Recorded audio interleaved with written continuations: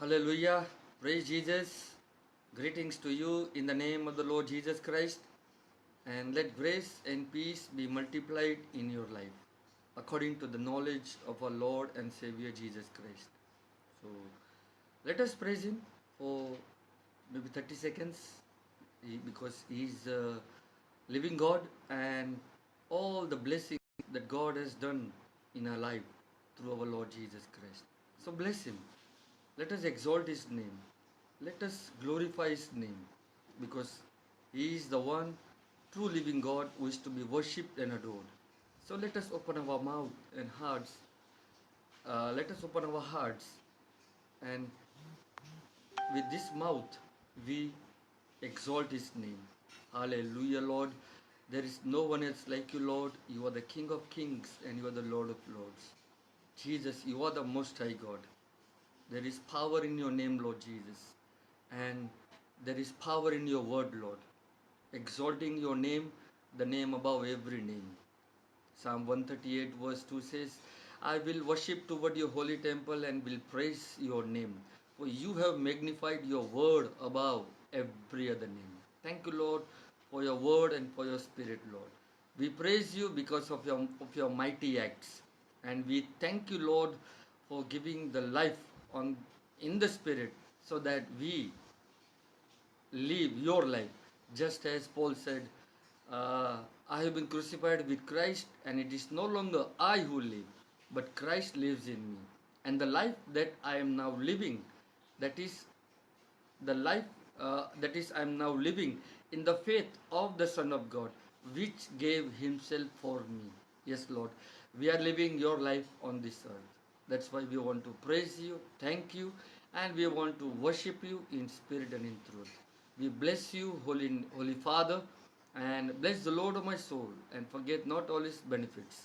Bless the Lord of my soul, and remember His holy name.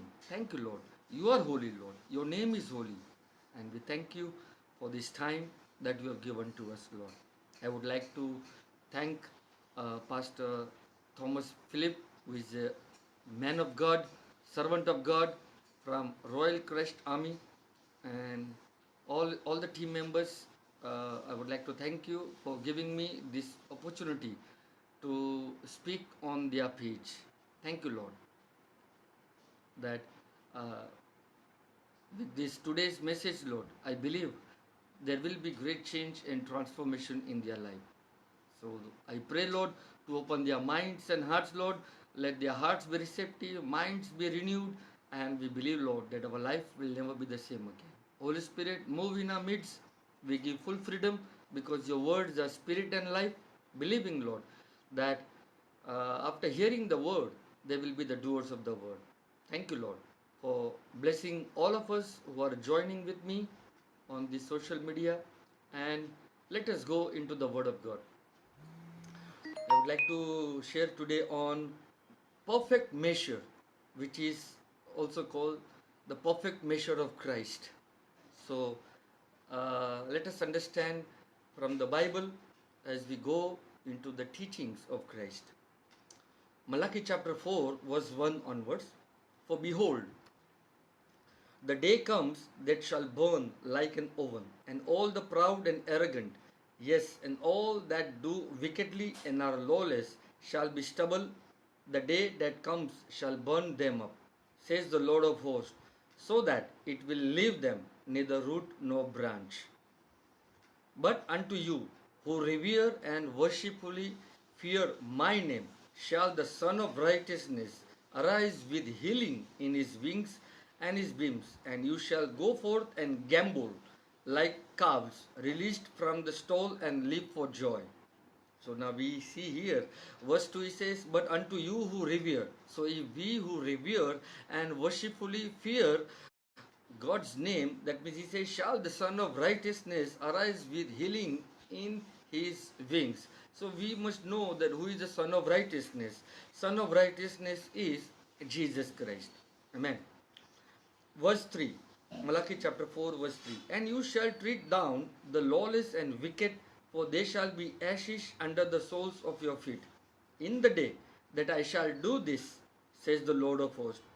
Now verse 4, earnestly remember the law of Moses, my servant, the statutes and the ordinances which I commanded him on Mount Horeb to give to all Israel. So if you are hearing, so it says, earnestly remember the law of Moses. Moses, what is trying to say? Okay. Verse 5. Behold, I will send you Elijah the prophet before the great and terrible day of the Lord comes. Okay. So first we heard he says, those who revere my name and that means those who worshipfully fear my name shall the Son of Righteousness arise with healing in his wings. So the Son of Righteousness is Jesus Christ. And then he says, earnestly remember the law of Moses. So he says, remember Moses. And then he says, verse 5 also, he says, behold, I will send you Elijah. So now it says, Moses, we see, from Exodus 3 onwards, Exodus 3, Exodus 17, Exodus 33, there he speaks about the Mount Horeb, and the law was given on the Mount Sinai. The another name of Mount Sinai is also called Horeb, which is also called the place called desert. Okay, so verse 4, we see, 5. Behold, I will send you Elijah the prophet before the great and terrible day of the Lord comes. So now, here also we see that both of them, Moses and Horeb, speaks about, like, it's Mount Horeb they met. So understand that what Elijah is trying to say here. Okay, so we will see that, in First Kings chapter 19 verse 8, where it speaks about Elijah, and Elijah was also on Mount Horeb. Okay, then verse 6, Malachi chapter 6 verse 6, and he shall turn and reconcile the hearts of the fathers to the children, and the hearts of the children to the fathers. Hallelujah. Lest I come and smite the land with a curse and a ban of utter destruction. Now, this prophecy which we see here also speaks about the John the Baptist. So when John the Baptist came, he fulfilled that prophecies. That's why he came, and when he started preaching, we see when he started preaching in Matthew chapter 3 verse 2 onwards, verse 1 onwards, John the Baptist started preaching in the wilderness and saying, repent ye, for the kingdom of heaven is at hand. And then when we see Isaiah 40 verse 3, that also John the Baptist fulfills the prophecy there. He says, a voice will speak, and he says, prepare ye the way of the Lord. So all that John the Baptist, when we speak about Elijah, so let us also understand what he's trying to say. But verse 6, I would just, that means emphasis on verse 6, where he says that he shall turn and reconcile the hearts of the father. So now it speaks about whom? It speaks about John the Baptist, because verse 5 also says, I will send you Elijah the prophet before the great and terrible day of the Lord comes. So it says before the great and terrible day of the Lord comes. So he speaks about Elijah. He says, I will send you Elijah the prophet before the great and terrible day of the Lord comes. He says, before the Lord comes, before the great and terrible day of the Lord, not the end of the world, not the end time, not the destruction, nothing. He speaks about when the Lord comes first time to Israel. That's the time he speaks. And he says, I will send you Elijah the prophet. So before the Lord was coming in the picture, 6 months before, John the Baptist comes in the picture. And that's what he says, I will send you Elijah the prophet. Okay, and when he comes, John the Baptist comes, he shall turn and reconcile the hearts of the fathers to the children, and the hearts of the rebellious children to their fathers, lest I come and smite the land with a curse and a ban of utter destruction. Hallelujah. So now when we the word of God clearly says here, it says, earnestly remember the law of Moses. So we remember when the law was given in Exodus 3, that means it begins with Exodus and Mount Sinai. The another name of Mount Sinai is Horeb. Okay, praise God. And then he says, behold, I will send you Elijah. So let us learn about something of Elijah. So 2 Kings chapter 2, 2 Kings chapter 2, verse 9. And it came to pass, when they were gone over, that Elijah said unto Elisha, ask what I shall do for thee, before I be taken away from thee. And Elisha said, I pray thee, let a double portion of thy spirit be upon me. And he said, that means you have asked a hard thing. Nevertheless, if you see me, when I am taken from you, it shall be so unto you. But if not, it shall not be so. And it came to pass, as they went on and talked, that behold, there appeared a chariot of fire and horses of fire, and parted them both asunder. And Elijah went up by a whirlwind into heaven. And Elisha saw it. I just stress on verse 12, it says, and Elisha saw it. Okay. What was the verse 10? And he said, you have asked a hard thing. So what Elisha asked, I want a double portion of the Spirit. And Elijah said, you have asked a hard thing. Nevertheless, if you see me, I'm just stressing on that word. He says, if you see me, when I am taken from thee, it shall be so unto thee. If not, it shall not be so. Okay. And verse 12, and Elijah saw it, and he cried. What he cried? My father, the chariot of Israel, and the horsemen thereof. And he saw him no more. And he saw him no more. And he took hold of his own clothes and rent them in two pieces. Hallelujah. So here we see that what is father, the chariot of Israel, and the horsemen thereof, and he saw him no more. So what was the cry? He says, I want the double portion of the Spirit. So Elijah said, if you see me, then it shall be unto you the same thing, what you have desired. And then it's time for him to go now, and Elijah saw it. So at the time he saw it, he cried, my father, my father. Amen. And then verse 15, we see, when the sons of the prophets which were to view at Jericho saw him, they said, the spirit of Elijah does rest on Elisha. Understand that. The spirit of Elijah does rest on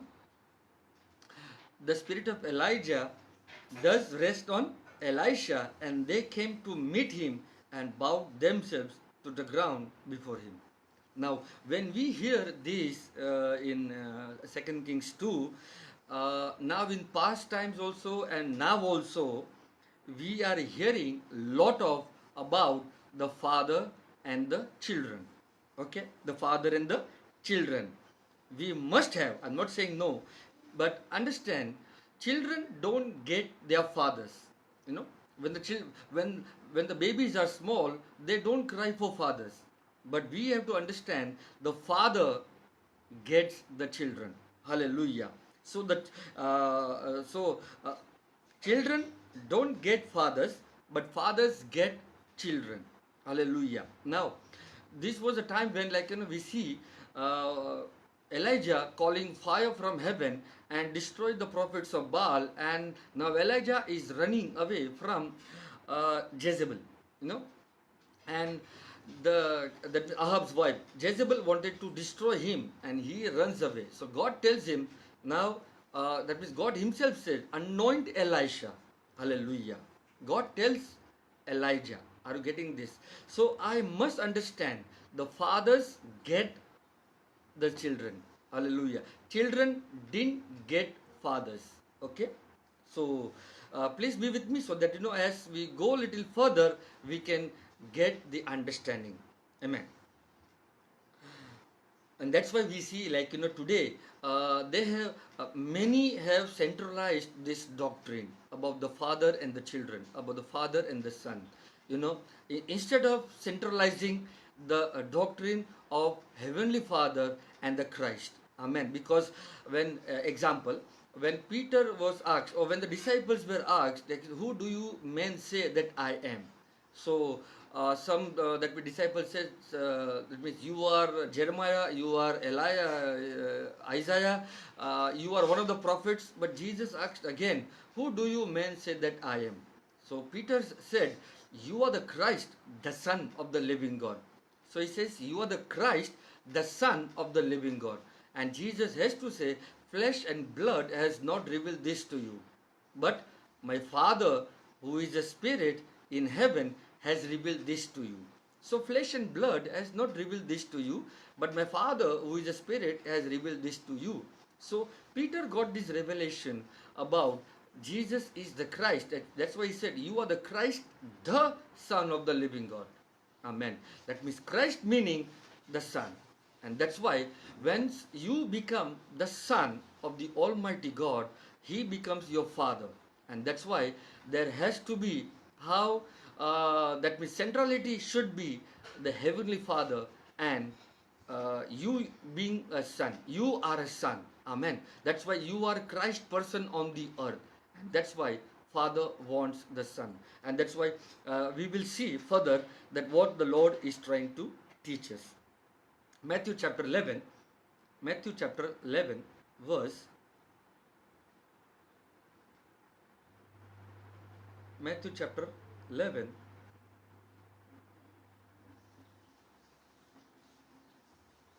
verse 13. For all the prophets and the law prophesied up until John. For all the prophets and the law prophesied up until John. And if you are willing to receive, and accept it, many people are not receiving and many people are not accepting that John himself is Elijah. Hallelujah. He says John himself is Elijah who was to come before the kingdom. Hallelujah. So here it is clearly speaks, it says, and if you are willing to receive and accept it, John himself is Elijah. John himself is what? Elijah who was to come. And if I receive that John himself is Elijah, the spirit of the prophet, I'm talking when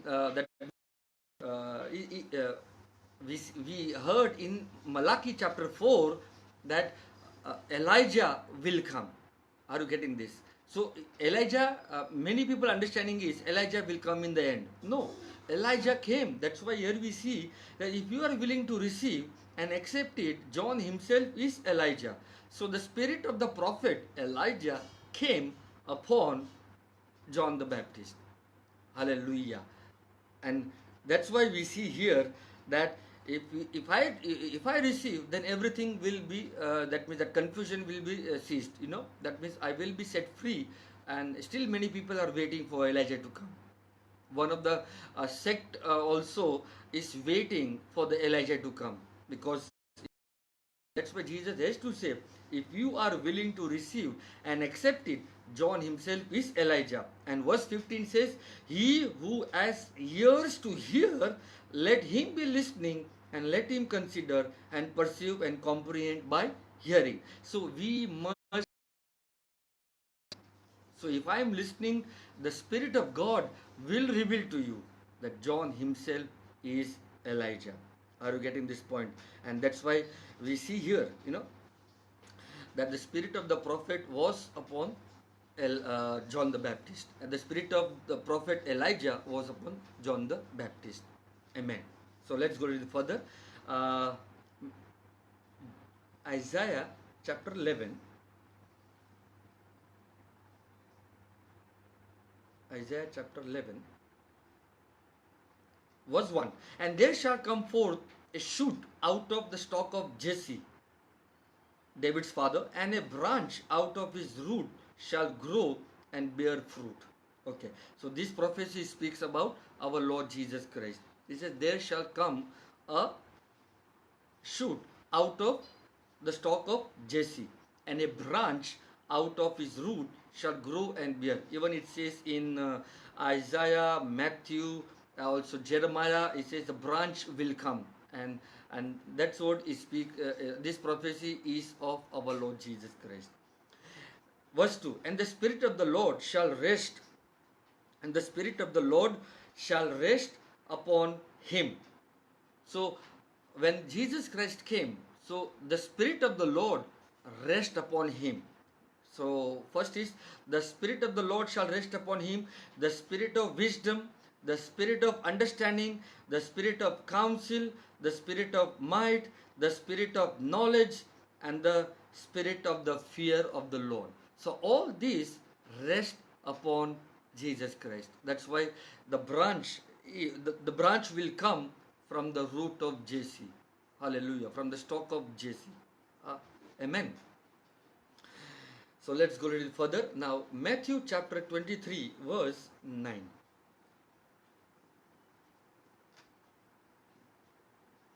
Matthew chapter 23, verse 9. And do not call anyone in the church on earth Father, for you have one Father who is in heaven. Hallelujah. So what does the word of God say? He says, and do not call anyone in the church on earth Father. So this is the words of our Lord Jesus Christ. He himself says clearly that, and do not call anyone in the church on earth Father, for you have one Father who is in heaven, and you must not be called masters, leaders, for you have one master, leader, the Christ. Hallelujah. So I am not hitting a doctrine. Okay, I am not hitting a doctrine. Please hear, I am not hitting a doctrine, but I am proclaiming a better doctrine. Hallelujah. So don't misunderstand me. I am not hitting a doctrine, but I am proclaiming a better doctrine. Amen. I am proclaiming a better doctrine. Elijah came. So we understand that, Elijah came when John the Baptist came. So Elijah came. So let us understand, so when Elijah came, that means John the Baptist came. So Malachi 4 is fulfilled. Amen. Now, he says, everybody calls Father in the Spirit. Everybody calls. That's why here he says. That's why I said, this doctrine about the father and the children is so going on and on and on, and many of them are calling Father in the Spirit. Okay, not heavenly Father I'm talking, but earthly Father. That means they make it, and everybody calls Father in the Spirit. We must believe whom? Jesus or man. That's do not call anyone in the church on earth Father, for you have one Father who is in heaven. Hallelujah. So let us understand the context. Okay, that's why I said I'm not hitting the doctrine, I'm not against the doctrine, but let us I'm proclaiming a better doctrine so that we understand what that means Jesus is trying to say, and we will see it in the contextual way. Amen. Praise God. So here we see that everybody calls Father in the Spirit. We must believe Jesus or man. So he said, call no man Father. So I am not breaking but something I am building up. So please, I will be building up something so that just be with me, stay with me. Amen. Matthew chapter 17. Matthew chapter 17. Matthew chapter 17. Verse 1. And 6 days after this, Jesus took with him Peter and James and John his brother, and led them up on a high mountain and by themselves. And his appearance underwent a change in their presence, and his face shone clear and bright like the sun, and his clothing became as white as light. And behold, there appeared to them Moses and Elijah, who kept talking with him. And then Peter began to speak and said to Jesus, Lord, it is good and delightful that we are here. If you approve, I will put up 3 booths here. I will put up 3 huts here. One for you, and one for Moses, and one for Elijah.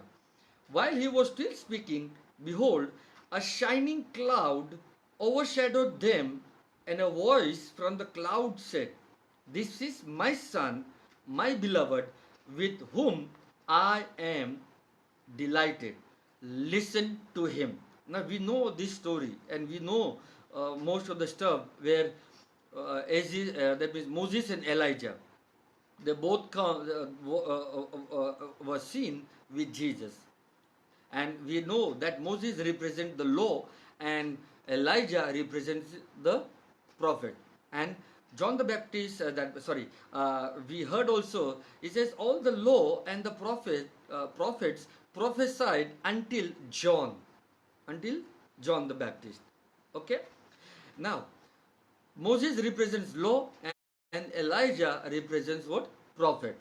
So the law and the prophet and Jesus is also there. Okay?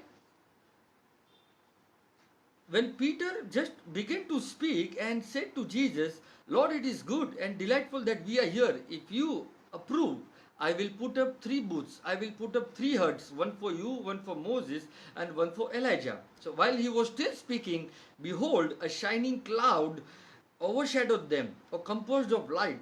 A shining cloud composed of light overshadowed them, and a voice from the cloud said, "This is my son, my beloved, with whom I am well pleased, or I am delighted. Listen to him." Hallelujah. And when the disciples heard it, they fell on their faces and were seized with alarm and struck with fear.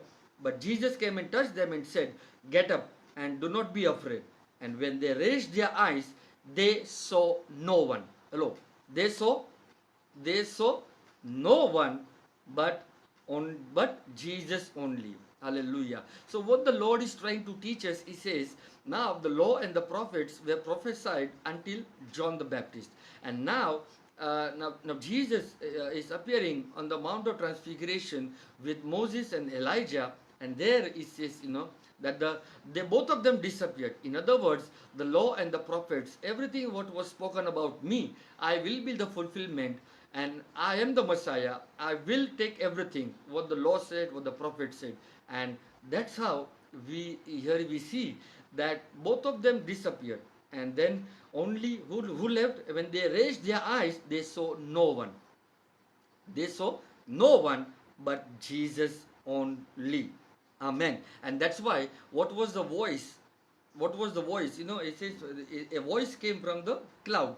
A voice from the cloud said, "This is my son, Christ the Son. This is my son, my beloved, in whom I am well pleased. Listen to him." Oh, hear him. Hallelujah. And that's why Jesus also said, if you have ears to hear, let him be listening. Amen. So we must hear now whom? Man or Jesus.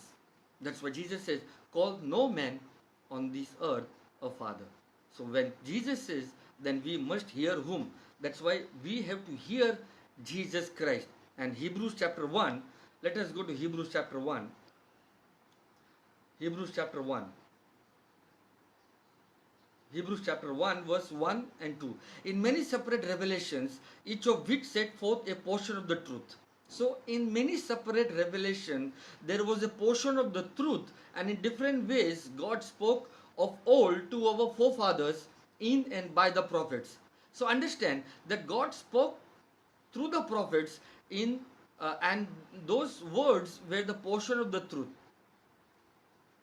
And in different revelations, God spoke through the mouth of the prophets. Okay. Now, verse 2. But in the last of these days, he has spoken to us in the person of a son. Hallelujah. But in the last of these days, not the end of the world, but in the last of these days, he has spoken to us in the person of his son. He has appointed heir and lawful owner of all things, also by and through whom he created the worlds and riches of space and the ages of time. He made, produced, built, operated, and arranged them in order. So now God is speaking now the Son is speaking, because God spoke in we can say in separate revelation, each of which set forth a portion of the truth. So God spoke through the mouth of the prophets, but now in the last of these days, He has spoken to us in the person of His Son. So now the Lord God Almighty Father is speaking through His Son. Amen. And that's why we heard that Matthew 17, it says, hear Him, or listen Him. So we listen what the Lord Jesus is saying. So if we hear Him, if we hear His teaching, that's why Matthew 7, we know this scripture very well, Matthew chapter 7, verse 24 to 27, where it says that Jesus says, if you hear my teaching and do it, you obey it, so no matter the storm comes, calamities comes, rain comes, then your house will not be shaken, because you have built the house on the rock. Hallelujah. But if any person hears my teaching and does not do it, then he has built the house on the sand, because storm came, calamity came, rain descended, and he is shaken, and his house was destroyed on the sand. Are you getting this? And that's why when we hear the words of our Lord Jesus Christ, example, when Peter heard the word come, that's how he came out of the boat and started walking on the water. Hallelujah. So we must hear our Lord Jesus Christ and obey Him. Amen. So let's go again. Luke chapter 6, verse 36. Now we know this scripture very well, but let us understand with the contextual way. Luke chapter 6, verse 36. It says, so be merciful, even as your Father is also all this. So it says, be merciful as your Father, as your Heavenly Father is also merciful. 37. Judge not. Okay, I just take KJV.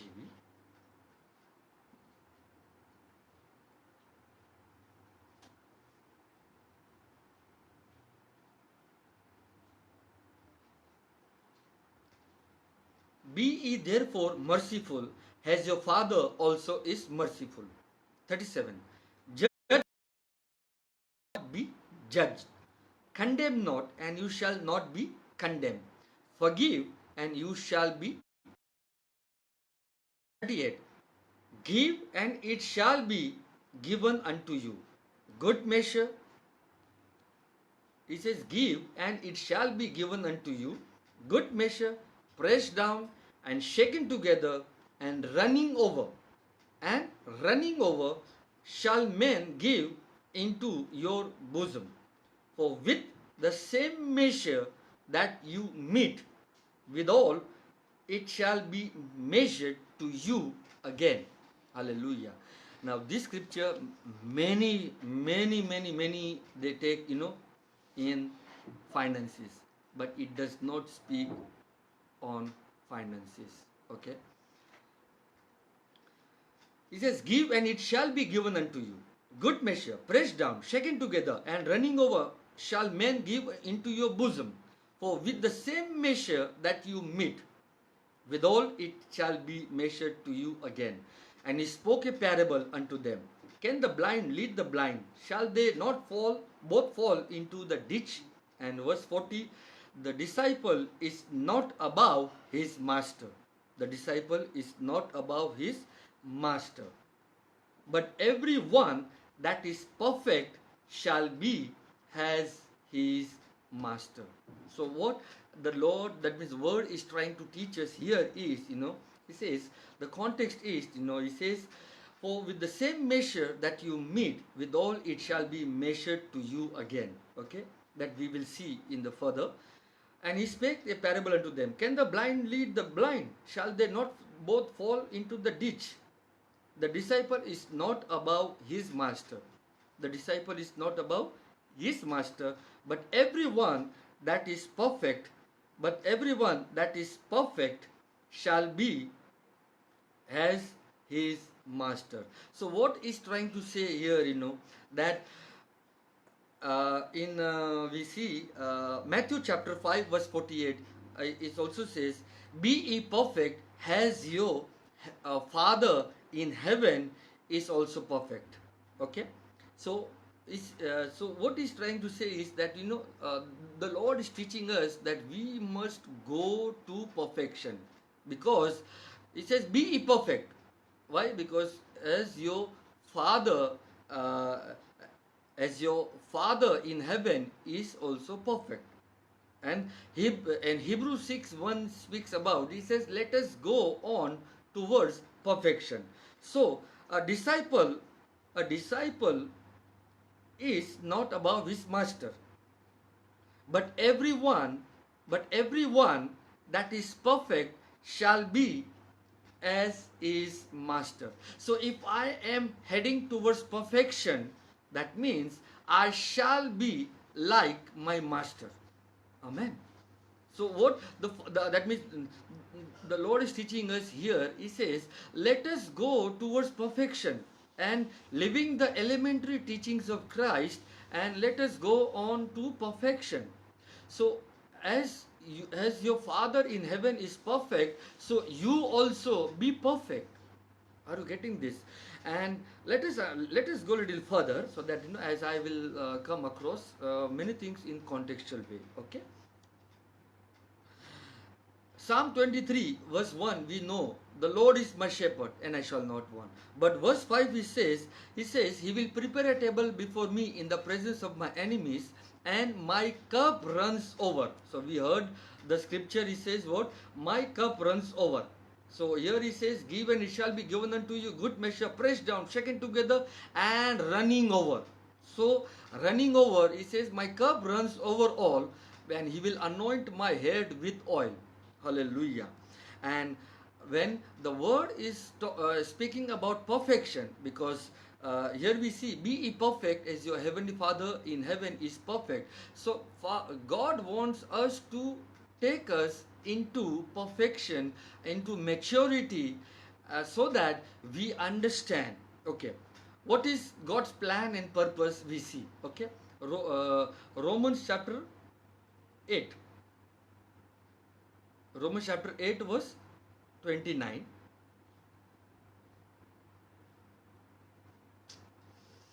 Romans chapter 8 verse 29.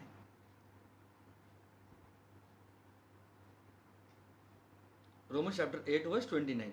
For whom he did foreknow, he also did predestinate to be conformed to the image of his son. So that means what the word of God is speaking about, the perfection, about the maturity. Here we have to understand that for whom he did foreknow, he also did predestinate to be conformed to the image of his son, that he might be the firstborn among many brethren. Galatians 4:19, when Paul is writing the letter to the Galatian church, he says, I prevail whom that Christ be formed again in you. And 2 Corinthians chapter 3 verse 18, when we see, as we all with unveiled faces we behold in the word of God, in the face of our Lord Jesus Christ, and as we behold in the word of God, which is a mirror, and that is the glory of the Lord, and we shall be transformed into an image of Christ. Okay. So when we combine these three scriptures, Romans 8:29, Galatians 4:19, and 2 Corinthians 3:18, what is the plan, purpose, and destiny of our Lord Jesus Christ is that we all should be conformed into an image of Christ. So that is the perfection. That is the perfection of our Lord Jesus Christ. So the more we should behave like Christ, walk like Christ, talk like Christ, speak like Christ, and also do like Christ.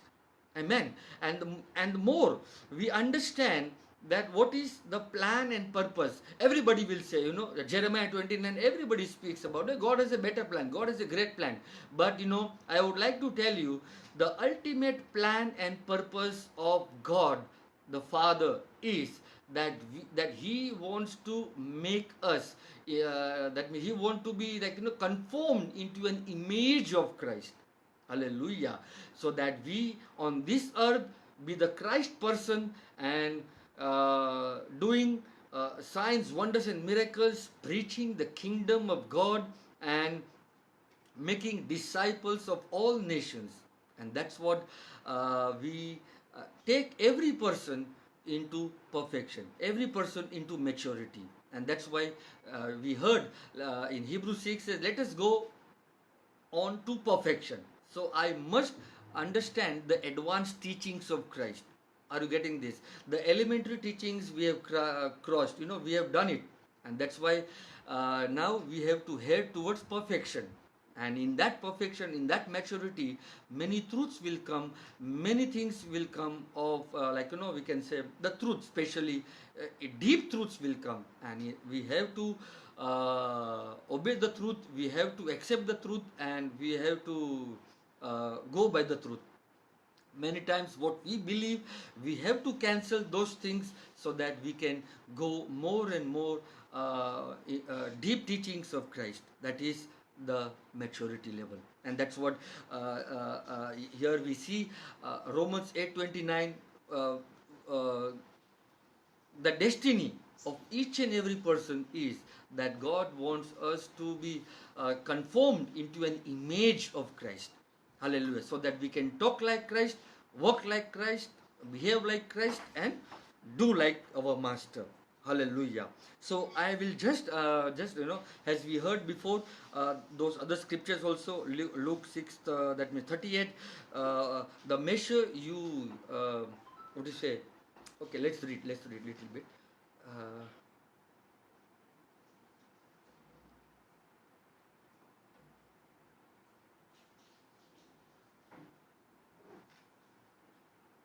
Luke 6:38, give and it shall be given unto you, good measure, pressed down and shaken together, and running over, shall men give into your bosom. For with the same measure that you meet withal, it shall be measured to you again. So understand this, the measure you get. So the meaning of meet, M-E-T-E, is, it says a limited portion. It says what? A limited portion. That means a measure, a degree. Okay. So for with the same measure that you meet, withal it shall be measured to you again. So the measure you meet is the measure you get. So if you want to be my disciple, you can be like me. So if I hear what Jesus is saying, then surely, and if you do what the word of Jesus says, then you will be his disciple. Hallelujah. So no one can shake you, even though any storm came, calamity comes, rain comes, or anything comes against you, you will not be shaken, because you have built the house on the rock. For the disciple is not above his master. So he says that for the disciple is not above his master, but can be like his master. Hallelujah.